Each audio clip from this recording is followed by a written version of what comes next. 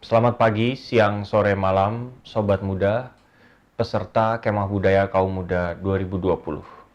Perkenalkan, nama saya Dirdo Adityo dan saya adalah salah satu em, orang yang berada di balik KBKM baik 2019 dan 2020. Eh, untuk video saya akan membicarakan mengenai teknologi dan kebudayaan. Pertama-tama kita perlu menjelaskan dulu apa itu definisi kebudayaan.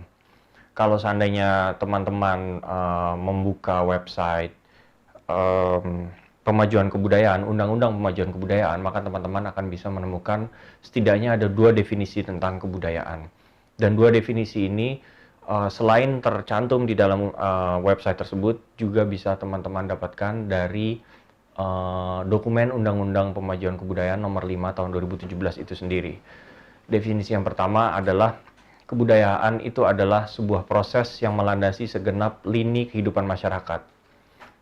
Sedangkan definisi yang kedua adalah segala sesuatu yang berkaitan dengan cipta, rasa, karsa, dan hasil karya masyarakat. Jadi kalau misalkan teman-teman bisa lihat dari dua definisi ini, sebetulnya kebudayaan itu adalah sesuatu yang bersifat sangat luas. Jadi dia tidak hanya terbatas pertama-tama pada seni tari misalnya, atau seni lukis, atau wayang, dan sebagainya. Tapi contohnya misalnya budaya,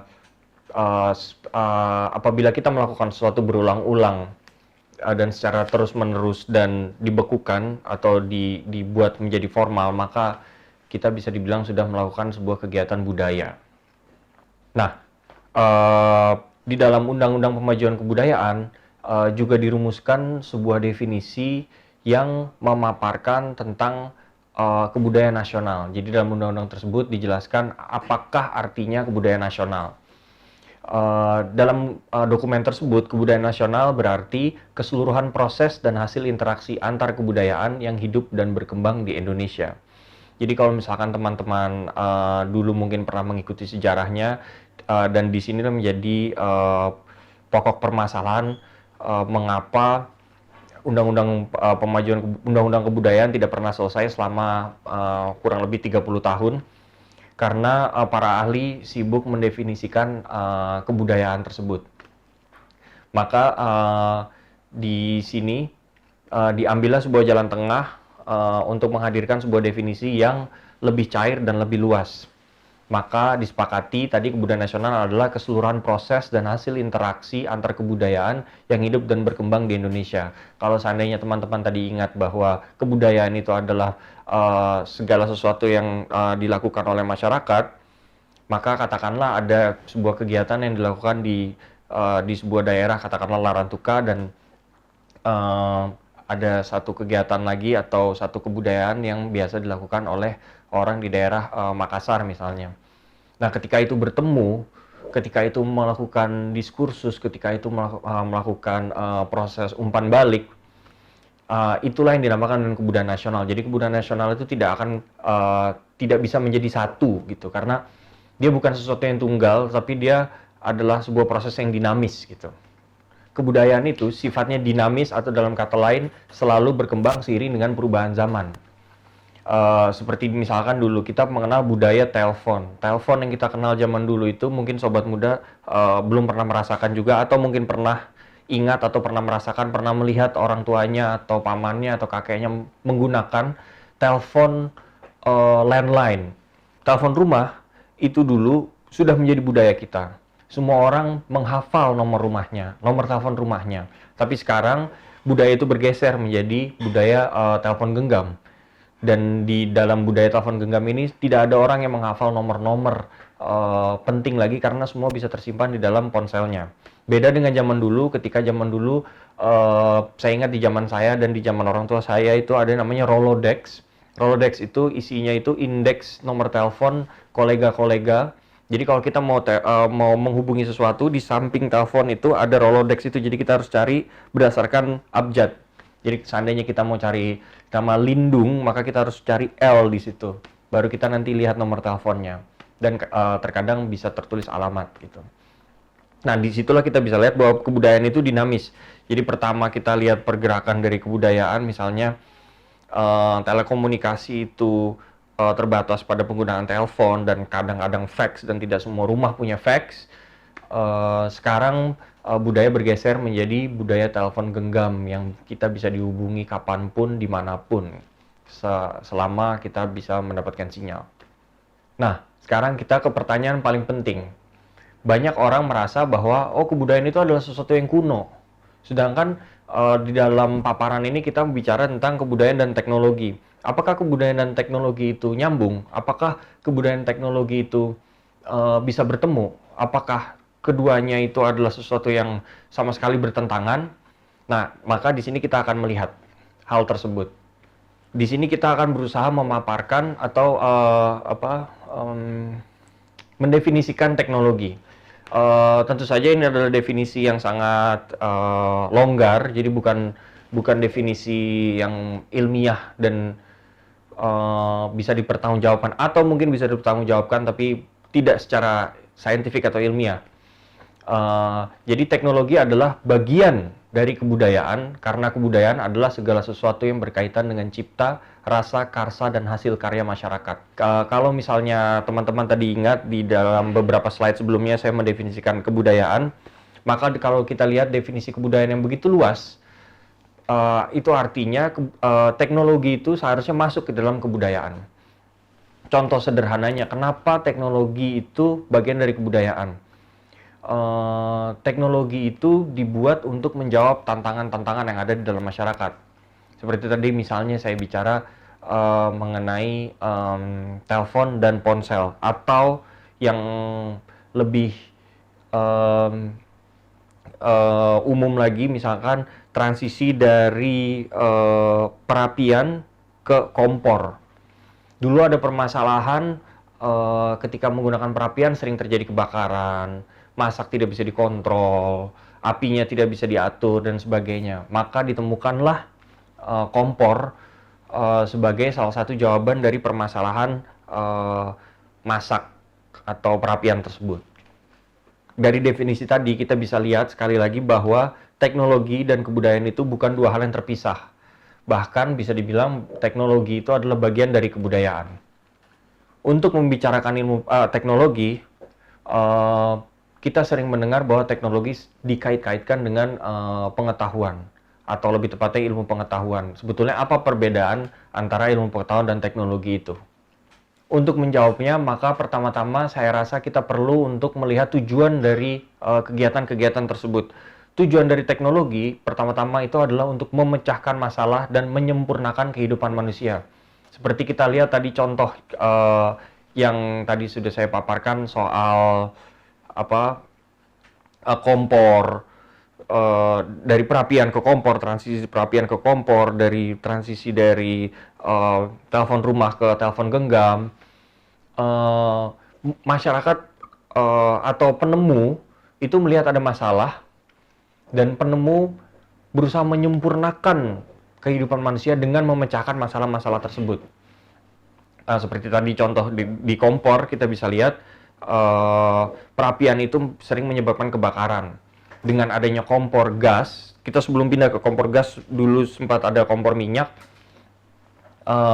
api jadi bisa lebih dikontrol dan kita bisa memindahkannya kemana saja, ketimbang dengan perapian yang agak lebih sulit gitu. Maka sekali lagi tujuan teknologi itu adalah untuk memecahkan masalah dan menyempurnakan kehidupan manusia. Kalau begitu, apa tujuan ilmu pengetahuan? Ilmu pengetahuan bertujuan untuk mencari penjelasan yang paling mendekati kebenaran. Jadi ilmu pengetahuan tidak pernah berpretensi atau berpura-pura mengetahui tentang kebenaran atau mengetahui tentang realita, tetapi ilmu pengetahuan hanya berupaya untuk mendekati kebenaran sedekat-dekatnya gitu. Jadi ilmu pengetahuan itu bukan kebenaran itu sendiri. Jadi kita bisa lihat perbedaan antara ilmu pengetahuan dan teknologi. Ilmu pengetahuan itu lebih bersifat murni, dan teknologi itu lebih bersifat aplikatif. Dan tentu saja, tetapi dalam praktiknya terkadang ilmu pengetahuan dan teknologi itu berjalan berdampingan dan saling bahu-membahu untuk memecahkan masalah. Seperti misalnya di laboratorium biologi, itu mungkin akan kesulitan tanpa adanya teknologi mikroskop misalnya. Di situ adalah contoh kontribusi teknologi terhadap perkembangan ilmu pengetahuan. Dan ketika saya bicara ilmu pengetahuan, tentu saja ilmu pengetahuan tidak hanya terbatas kepada ilmu pengetahuan alam, tetapi juga ada ilmu pengetahuan sosial, seperti ilmu-ilmu seperti antropologi, sosiologi, sastra, filsafat, dan sebagainya. Salah satu hal lain yang membedakan antara ilmu pengetahuan dan teknologi adalah proses kerjanya. Kalau ilmu pengetahuan itu biasanya menemukan sesuatu, sebaliknya teknologi menciptakan sesuatu. Kalau misalkan kita melihat para ilmuwan itu, mereka tidak betul-betul, mereka bahkan tidak menciptakan sesuatu. Mereka menemukan sesuatu, seperti Newton menemukan gravitasi. Newton tidak menciptakan gravitasi, karena agak aneh ya kalau misalkan dia lagi duduk-duduk di bawah pohon apel itu ternyata dia, oh saya menciptakan gravitasi. Jadi Newton itu menemukan gravitasi, bukan menciptakan. Sebaliknya, uh, orang seperti Alexander Graham Bell misalnya, untuk menggunakan contoh tadi yang seperti saya udah gunakan, telepon, penemu telepon, dia menciptakan telepon. Dia menciptakan pesawat telepon. Jadi dia bukan menemukan, tapi dia menciptakan. Jadi, mobil, pesawat ulang-alik, turbin, HTML, itu setara dengan musik, lukisan, tari-tarian, atau bahkan puisi. Kesemua itu adalah bagian dari kebudayaan. Jadi, karena mereka itu semua bagian dari kebudayaan, di mata kebudayaan, dua hal itu sama, baik itu dari pengetahuan alam atau pengetahuan sosial. Kalau begitu, pertanyaannya menjadi, teknologi bisa menyumbang apa untuk pemajuan kebudayaan? Kalau misalnya, kalau seandainya teman-teman pernah menonton video-video yang lain, mungkin dijelaskan tentang objek pemajuan kebudayaan yang jumlahnya ada 10. Objek yang pertama itu ada adat istiadat, yang kedua itu ada bahasa, mungkin saya akan sedikit mengulang ya. Yang ketiga itu adalah manuskrip, yang keempat itu olahraga tradisional, yang kelima itu pengetahuan tradisional, yang keenam permainan rakyat, yang ketujuh ritus, yang kedelapan seni, ke-9 teknologi tradisional, dan yang 10 tradisi lisan. Semuanya itu begitu abstrak sehingga kita bingung apa yang harus dikerjakan dalam KBKM, karena ketika kita bicara olahraga tradisional, ada banyak di situ. Apa yang mau kita kembangkan? Apa yang mau kita majukan?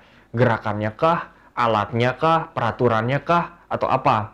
Maka untuk itu dalam kebutuhan video ini saya akan mengerucutkannya menjadi beberapa bagian saja. Kalau misalnya, kalau seandainya teman-teman pernah menonton video-video yang lain, mungkin dijelaskan tentang objek pemajuan kebudayaan yang jumlahnya ada 10. Objek yang pertama itu ada adat istiadat, yang kedua itu ada bahasa, mungkin saya akan sedikit mengulang ya.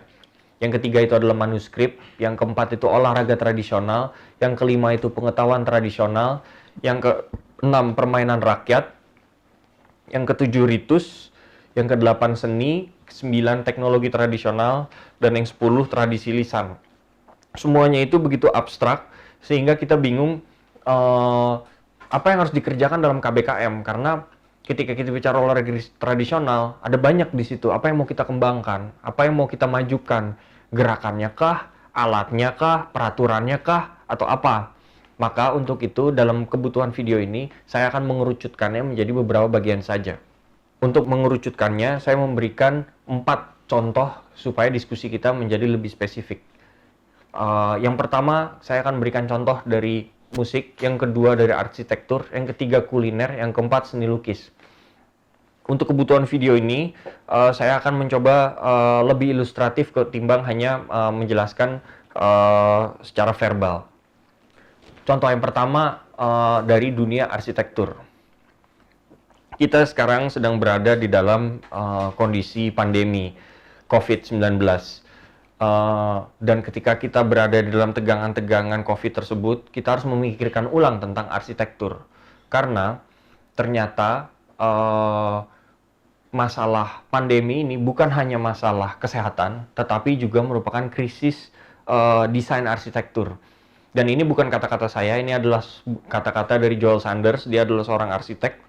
Dia memiliki sebuah firma arsitek di Amerika Serikat, dan dia memang mendesain khusus untuk mendesain bangunan-bangunan atau ruang-ruang yang memiliki kebutuhan-kebutuhan khusus. Bukan kebutuhan khusus untuk para penderita disabilitas, tetapi pengguna khusus. Seperti misalnya, saya berikan contoh, dia memberikan sebuah desain arsitektur yang mana tidak memisahkan antara kamar mandi laki-laki dan perempuan. Karena ternyata menurut sejarah ditemukan bahwa kamar mandi laki-laki dan perempuan itu baru diterapkan di negara-negara barat pada abad 20. Jadi di abad sebelumnya 19, laki-laki dan perempuan itu semua masuk dalam satu kamar mandi yang sama. Dan dia menerapkan konsep ruang terbuka di kamar mandi tersebut, sehingga tetapi dia tetap memberikan ruang tertutup untuk bagian-bagian toilet, tetapi untuk bagian cuci tangan itu semua terbuka, sehingga memberikan kesan keterbukaan, tidak ada yang perlu disembunyikan. Dan kalau misalkan kita tahu sering terjadi penganiayaan di kamar mandi, hal tersebut bisa mengantisipasi penganiayaan yang terjadi di kamar mandi itu. Di sini saya ingin memberikan contoh dari rancangan arsitektur dari seorang arsitek yang kebetulan memang saya juga suka. Kita bisa lihat di gambar ini adalah sebuah pemandian air panas di Swiss bernama Thermfalls. Bangunan ini dirancang oleh seorang arsitek bernama Peter Zumthor. Dia adalah pemenang hadiah arsitektur paling bergengsi di dunia, Pritzker Prize, dan hadiah itu dimenangkan pada tahun 2009. Selain Thermfalls ini, kita bisa melihat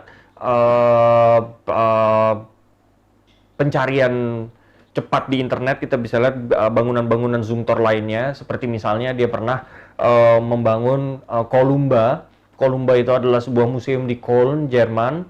Lalu dia pernah membangun juga gereja Saint Benedict, gereja Bruder Klaus, dan Kunsthausen Bregenz di Austria.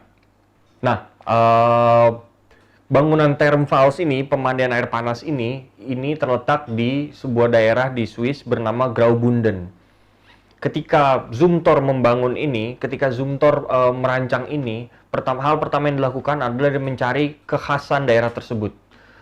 Ternyata kekhasan daerah tersebut adalah batu kuarsa. Jadi dia menggunakan batu kuarsa yang diambil dari tambang batu lokal, dan dia menginkorporasikannya ke dalam rancangan bangunannya. Nah, di sini kita bisa lihat kemiripan antara salah satu syarat dari Kemah Budaya Kaum Muda 2020 dan juga Kemah Budaya Kaum Muda tahun 2019 sebelumnya, yaitu adalah menjawab tantangan kebudayaan khas wilayah masing-masing. Dan hal ini persis yang dilakukan oleh Zumthor. Dia melihat ada tambang dan bebatuan itu sudah mulai tidak digunakan oleh orang lagi, maka bukannya menjadikan hal tersebut sebagai rintangan, dia malah menjadikan hal tersebut sebagai peluang. Dia melihat ada tambang yang sudah tidak terlalu menguntungkan. Orang lain mungkin tidak akan mengartikan atau melihat itu sebagai peluang, tapi Zumthor melihat itu sebagai peluang dan menggunakannya sebagai rancangan. Kalau misalkan kita bisa lihat gambarnya, arsitekturnya itu sifatnya itu dingin dan keras, karena itu merupakan sifat dari batu kuarsa itu sendiri. Bangunan selanjutnya kali ini dari dalam negeri, ini adalah bangunan Masjid As-Sobur. Bangunan ini ada di Tulang Bawang Barat, dan bangunan ini dibuat oleh dirancang oleh arsitek lokal bernama Andra Matin atau Aang, terkenal terkenal dengan nama lain Aang. Kalau misalkan sobat muda yang berasal dari Lampung mungkin sudah tahu soal bangunan ini. Tapi buat sobat muda yang belum pernah tahu, mungkin kalau sobat muda sedang bermain-main ke daerah Lampung dan khususnya Tulang Bawang Barat, teman-teman bisa melihat sendiri bangunan ini. Dalam bangunan ini, Andra Matin ini berusaha menggabungkan dua unsur dari masjid. Kalau kita bisa melihat masjid di mana-mana, biasanya masjid memiliki dua unsur utama. Yang pertama itu adalah kubah, dan yang kedua adalah menara. Kalau kita lihat bentuknya, seperti di gambar ini, bentuknya itu seperti kubah dan dia menjulang tinggi ke atas seperti juga menara.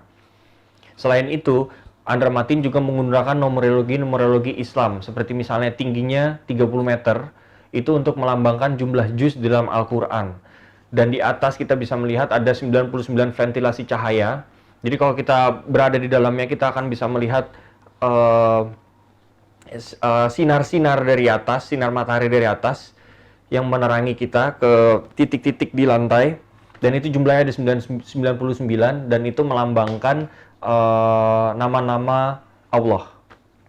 Nah, selanjutnya masih mungkin dalam bidang arsitektur dan desain, kita tahu kita berada di dalam garis khatulistiwa dan kita seringkali merasakan panas, dan kegiatan-kegiatan kita seringkali melibatkan banyak orang karena salah satu kekhasan budaya kita adalah gotong royong.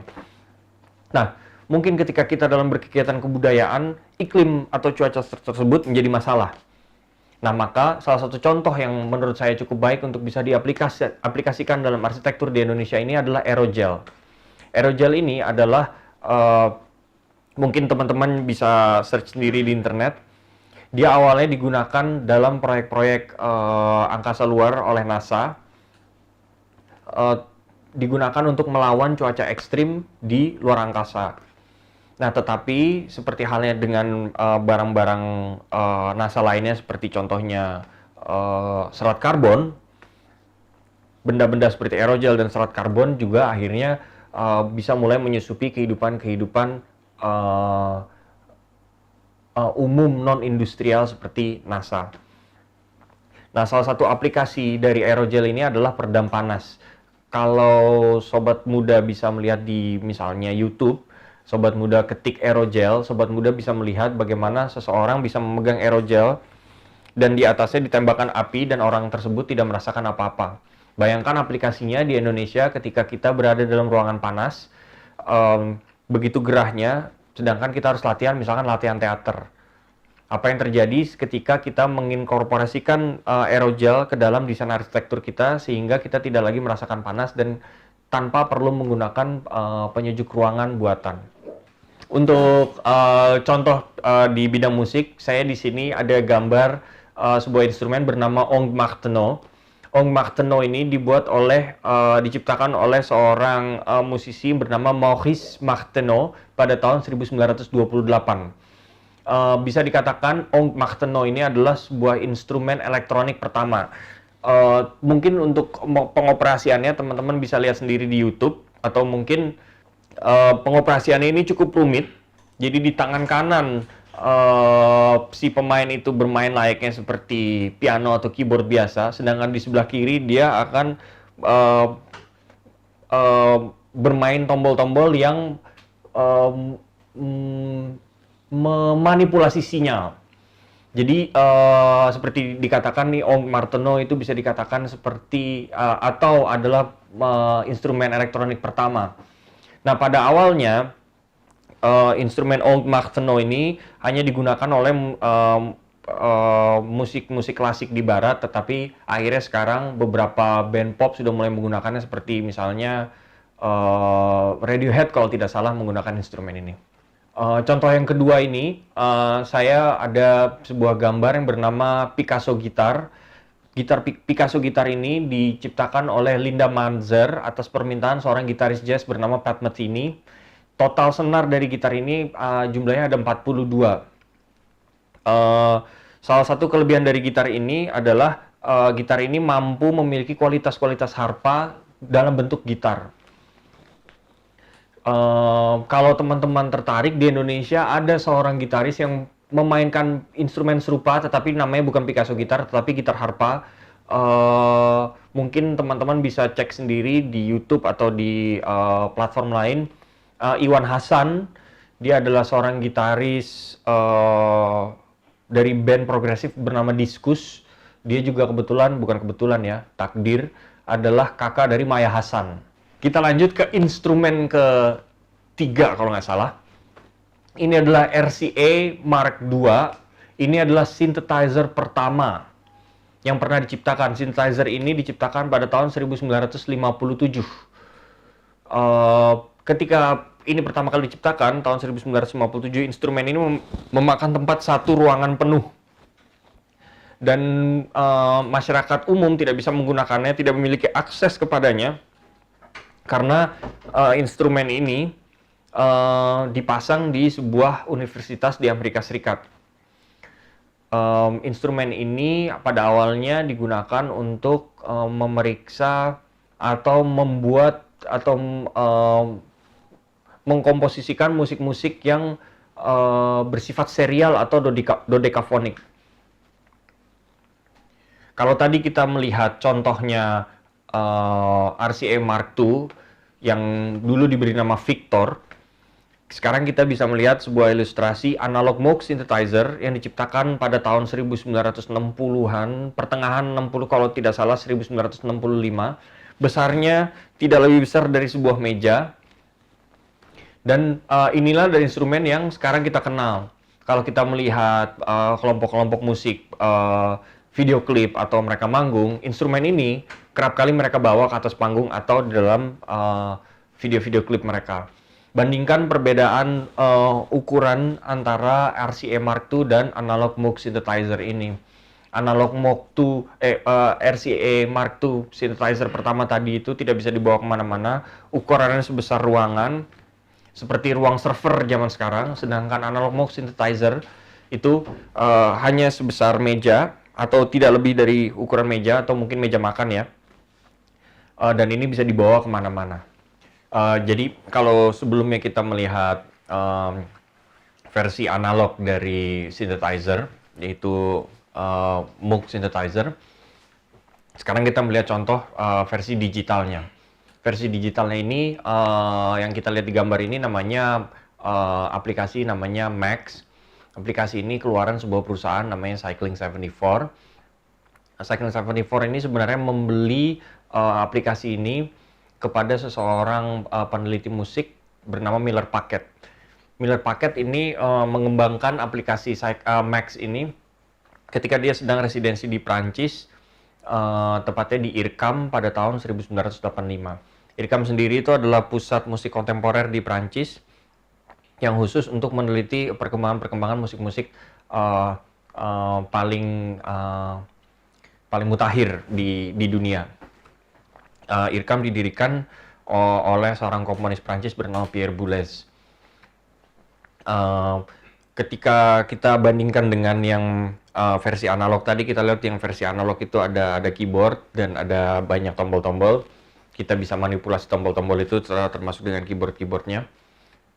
Tetapi bedanya kalau misalkan kita lihat yang analog, kita nggak bisa ngelihat kabel di dalamnya. Semuanya itu ada casingnya. Beda dengan Max ini. Max ini kita harus bangun synthesizer dari awal.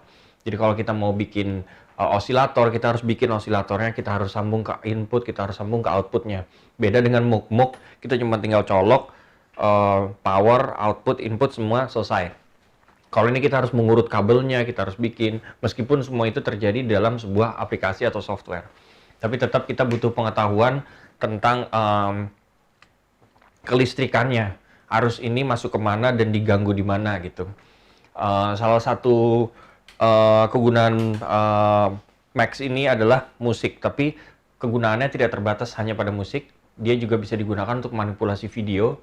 Banyak video-video artis atau video joki yang menggunakan Max sebagai perantinya ketika mereka membuat sebuah pertunjukan.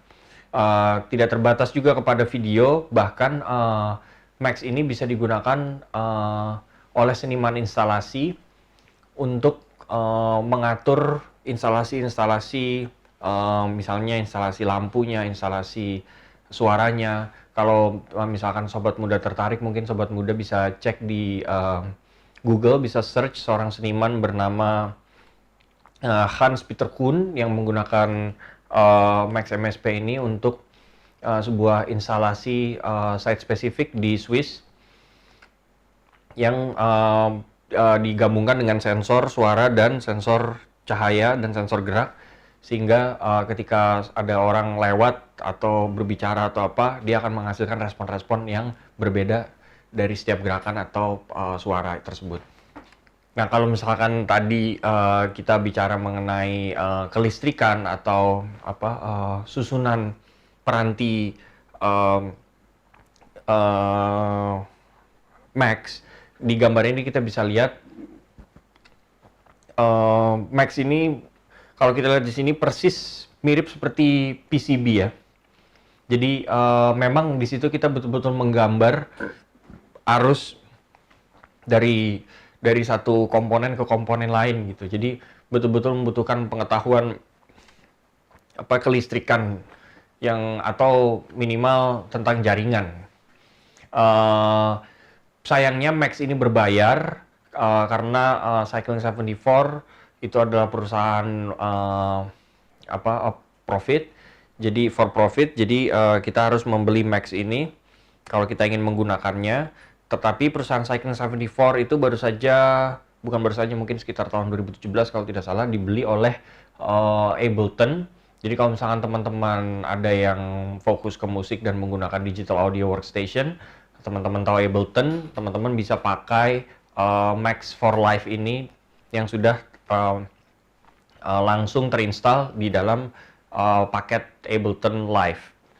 Nah, tetapi Miller Packet ketika Max ini dibeli oleh Cycling 74, dia membuat satu versi lagi, yaitu versi open source yang bernama Pure Data. Seandainya teman-teman ingin mencoba versi open source-nya, silakan teman-teman bisa search di Google Pure Data.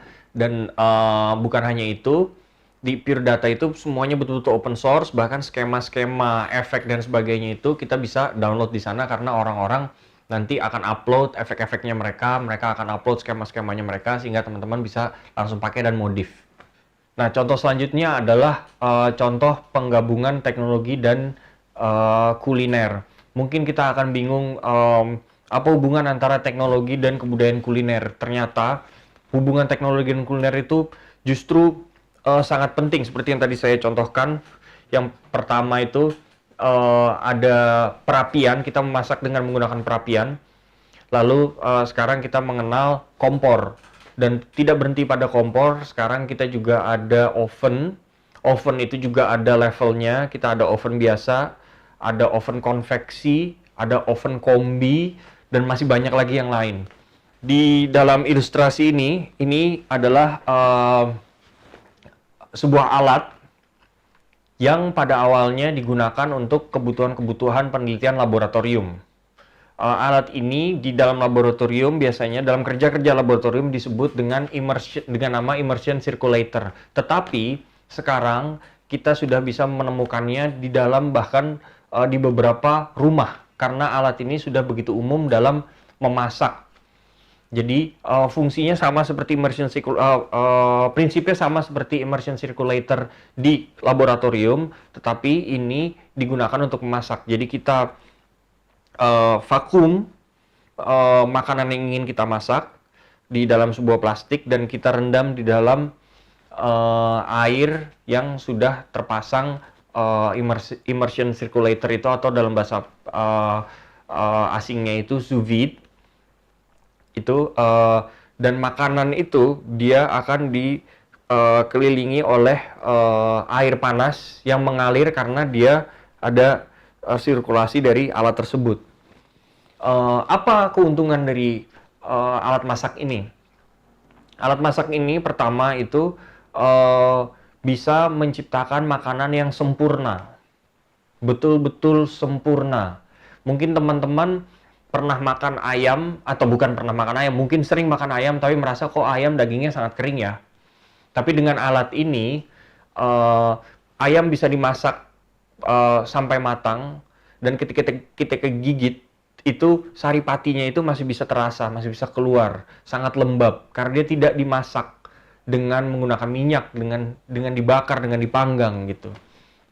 Yang kedua, ketika kita memasak menggunakan kompor, kita masak menggunakan oven, seringkali kita harus memusatkan perhatian kita pada kegiatan-kegiatan tersebut gitu. Kita harus tetap berada di samping kompor untuk menjaga supaya masakannya tidak hangus dan seterusnya. Dengan immersion circulator ini, masakan tidak akan pernah hangus atau terlewat matang. Jadi keuntungannya yang pertama adalah rasa itu akan tetap terjaga, dan keuntungan kedua itu manajemen waktu. Ketika kita menggunakan alat ini, kita bisa, katakanlah kita mau bikin rendang kita bikin di wajan biasa itu misalkan memakan waktu kurang lebih 3 atau 4 jam atau bisa sampai 5 jam. Tapi kita harus sedikit-sedikit, kita harus bolak-balik, kita harus jaga kompor itu, kita harus besarin, kecilin apinya sesuai dengan kebutuhan. Dengan alat ini, kita bisa tinggal masukin semuanya ke dalam plastik, kita vakum, kita masukin ke dalam air, habis itu kita tinggal selama 4 jam, 5 jam, kita bisa setrika, kita bisa mandi, kita bisa berkebun, kita bisa bikin puisi, kita bisa melakukan banyak hal lain tanpa harus memikirkan tentang, oh iya saya punya kompor yang masih menyala. Dan mungkin bahaya kebakaran juga bisa diminimalisir. Jadi salah satu kepentingannya tadi, bukan kepentingan, kelebihan dari penggunaan alat ini, teknologi ini adalah tadi, sehingga kita bisa atur suhunya dan kita bisa manajemen waktu. Nah, kelebihannya alat ini sebetulnya prinsipnya sangat sederhana. Kita bisa membuat alat ini dengan modal di bawah 1 juta saja. Yang pertama dibutuhkan tentunya saja adalah elemen pemanas, yang kedua itu sirkulator. Kita bisa pakai untuk sirkulator ini untuk coba-coba, kita bisa pakai sirkulator akuarium. Jadi kita punya alat pompa akuarium itu kita bisa pakai. Kita cuma tinggal beli termostat dan modulnya. Setelah itu kita mau gunakan secara manual atau, dan ini salah satu kelebihannya, kita bisa mempergunakan apa yang sekarang kita kenal dengan Internet of Things. Jadi dalam satu alat ini ada berbagai teknologi yang terdapat di dalamnya. Satu, kita bisa memasak, satu lagi kita bisa menggunakan Internet of Things. Seandainya dalam waktu 5 jam tadi atau 4 jam atau 5 jam kita memasak itu, kita perlu pergi keluar rumah dengan Internet of Things, kita bisa keluar rumah, sementara masakan kita tetap berada di dapur. Ketika masakan itu sudah matang, kita akan dapat notifikasi di dalam handphone kita dan kita bisa langsung mematikan alat tersebut. Jadi begitu banyak kegunaannya, terutama tadi yang seperti saya ceritakan, manajemen waktu dan efisiensi memasak. Sekarang kita masuk ke hubungan antara teknologi dan seni. Sebetulnya hubungan dan teknologi dan seni, terutama di zaman kontemporer ini, sudah bisa nampak terlihat. Kita lihat banyak video artis, kita lihat banyak seniman instalasi, kita lihat banyak seniman video, kita banyak seniman media. Tapi saya akan memberikan beberapa contoh yang lebih mengutamakan penemuan-penemuan di bidang ilmiah ketimbang seniman-seniman cabang-cabang seni yang tadi saya sebutkan. Di sini saya punya sebuah ilustrasi, sebuah karya dari seorang seniman India, berketurunan India, bernama Anish Kapoor. Karyanya ini menggunakan sebuah warna yang ditemukan oleh sebuah perusahaan bernama Surya Nanosystem. Warna ini adalah warna Vanta Black. Ini adalah warna hitam yang paling gelap. Jadi warna hitam itu umumnya mampu menyerap cahaya sampai 80%, sedangkan Vanta Black ini mampu menyerap cahaya sampai 99,9 sekian persen. Jadi kalau misalkan sobat muda lihat, ketika sobat muda layangkan cahaya ke situ, cahaya itu hampir tidak memantul sama sekali. Betul-betul saya kehabisan kata-kata sobat muda, kurang lebih seperti itu. Nah, sebagai perbandingan, warna putih sebaliknya itu memantulkan 80% cahaya. Jadi warna ini betul-betul menyerap tadi warna cahaya-cahaya. Dan Anish Kapoor ini mematenkan warna Vanta Black ini, sehingga seniman-seniman lain yang mau pakai itu harus minta izin dulu ke dia. Dan ini sempat terjadi beberapa kontroversi di dunia seni tentang perebutan warna ini. Nah, ini dari seniman yang sama, Anish Kapoor. Ini adalah contoh instalasinya dia. Kalau misalkan sobat muda bisa lihat, itu adalah semacam, sebenarnya bukan kubah ya, tapi sebuah instalasi yang berbentuk seperti kacang ya. Kalau misalkan kita lihat dari sini, mungkin kacang mede. Pengunjung itu, ini namanya Gate of Chicago. Pengunjung ini bisa masuk ke bawahnya, bisa jalan di sekelilingnya, dan ini memantulkan bayangan-bayangan yang ada di sekitarnya. Dan ini cukup menjadi atraksi menarik banyak penghasilan buat kota Chicago hanya untuk karya seni ini sendiri. Dalam video yang lain disebutkan juga bahwa ada contoh aplikasi, itu adalah aplikasi Sarpras, teknologi Sarpras kebudayaan. Dalam dunia kontemporer ini kita bisa melihat bahwa segala sesuatu itu berada di dalam segala sesuatu itu selalu mengalir, dan itu sebetulnya adalah sifat kebudayaan itu sendiri. Jadi museum itu adalah museum rumah sakit itu adalah tempat untuk mengawetkan sesuatu. Kita semua dijaga di sana. Ketika kita masuk rumah sakit, kita dijaga supaya umur kita lebih panjang. Ketika sebuah objek masuk ke dalam museum, objek itu dijaga. Ketika catnya itu mengelupas, diganti dengan cat baru. Ketika misalnya hidung dari patungnya copot, akan diganti dengan yang baru. Jadi barang itu akan hidup selamanya dalam museum. Sedangkan di luar museum, semua itu bergerak. Di luar museum itu kebudayaan yang bergerak. Nah, dengan aplikasi Sarpras itu justru semakin menekankan bahwa di dalam itu diam dan yang di luar itu bergerak. Sehingga nanti museum itu hanya akan menjadi seperti sebuah kalender event yang menunjukkan bahwa hari ini akan terjadi ini di museum ini. Tidak lebih dari itu. Sedangkan intinya itu ada di luar sana. Dan yang ada di luar sana itu adalah kebudayaan yang bergerak itu. Dan kebudayaan bergerak itu dengan bantuan teknologi. Terima kasih.